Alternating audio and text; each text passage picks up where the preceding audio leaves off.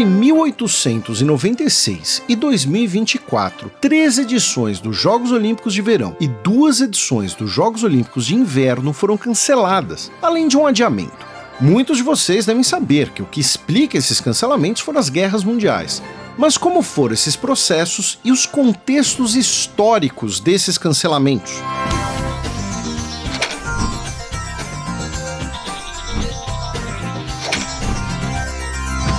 Sejam bem-vindos ao Nerdologia de História. Meu nome é Felipe Figueiredo, formado em História, colunista, podcaster, youtuber e professor. E conheça mais da relação entre esporte e política nesse Nerdologia sobre como e quais Jogos Olímpicos foram cancelados.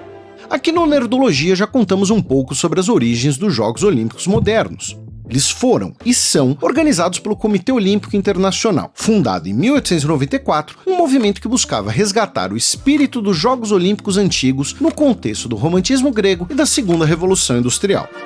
Os primeiros jogos, em 1896, foram em Atenas, capital da Grécia, país berço dos Jogos. Depois, em 1900, em Paris, terra de Pierre de Coubertin, francês que chefiava o Comitê Olímpico Internacional.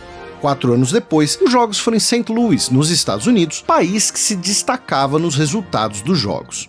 Inclusive, no lugar de falar 4 anos depois, poderíamos falar uma Olimpíada, já que o termo significa um período de 4 anos. Embora muitas vezes usados como sinônimos, o nome correto da competição é Jogos Olímpicos, disputados a cada Olimpíada.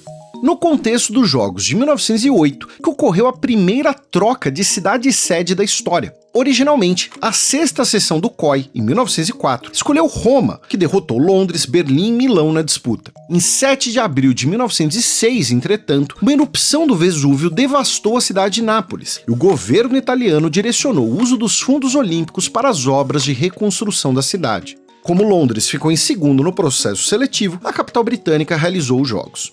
Já em 1912, os Jogos foram realizados em Estocolmo, capital da Suécia, enquanto Berlim, capital do Império Alemão, sediaria os Jogos de 1916, derrotando outras 5 cidades candidatas.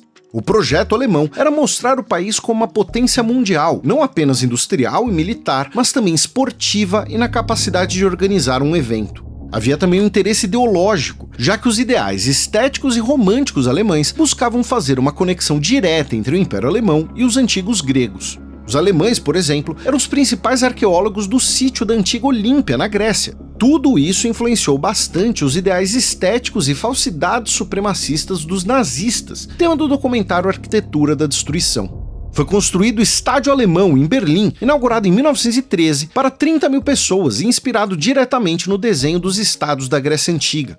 Em preparação para os Jogos, os alemães contrataram alguns dos melhores treinadores do mundo. Os Jogos, entretanto, não foram realizados, como sabemos, mas o cancelamento não foi tão simples assim, já que ninguém sabia como agir e Coubertin insistia na realização dos Jogos. Inclusive, no mesmo domingo, quando Francisco Ferdinando foi assassinado em Sarajevo, em 28 de junho de 1914, ocorriam eventos testes dos Jogos em Berlim. Quando a guerra é deflagrada em agosto de 1914, existia a ilusão de que ela duraria pouco, e os Jogos foram mantidos. O impasse começou mesmo em março de 1915, quando a Alemanha anunciou que manteria os Jogos, mas apenas atletas de países neutros ou que fossem seus aliados seriam admitidos. Isso motivou a transferência da sede do Comitê Olímpico Internacional de Paris para Lausanne, na neutra Suíça. Coubertin defendia uma trégua para a disputa dos Jogos, algo impossível de ser realizado. Algumas cidades dos Estados Unidos se ofereceram para sediar a competição, mas a guerra afetava também o transporte marítimo.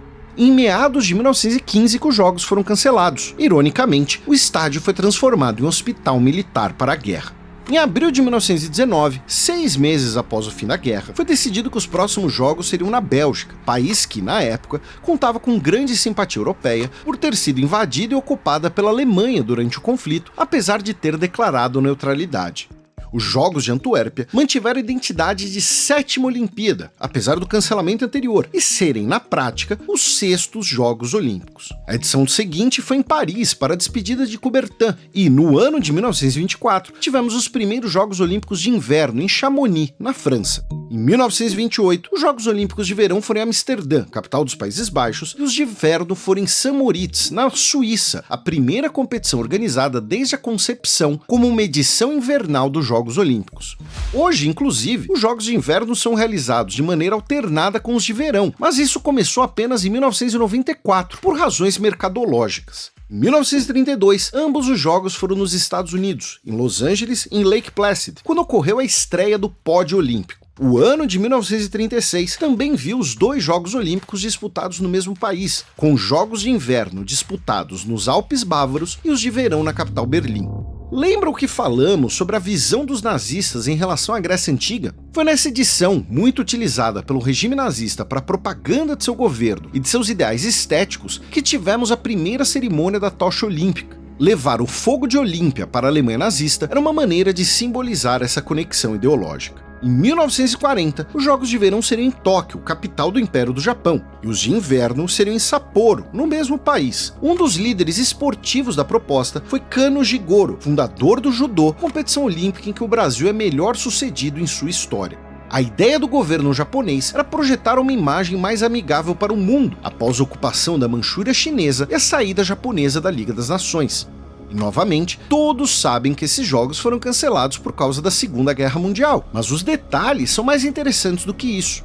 Em 7 de julho de 1937, o Japão invadiu a China e políticos japoneses começaram a questionar a realização dos jogos. O exército japonês também questionou, chegando ao ponto de propor um estádio de madeira para que o aço e o concreto fossem utilizados no esforço de guerra. Junto com a pressão internacional, em março de 1938, que o Japão desistiu dos jogos. A competição de inverno voltaria para os Alpes alemães, e a competição de verão, então, seria sediada em Helsinki, capital da Finlândia.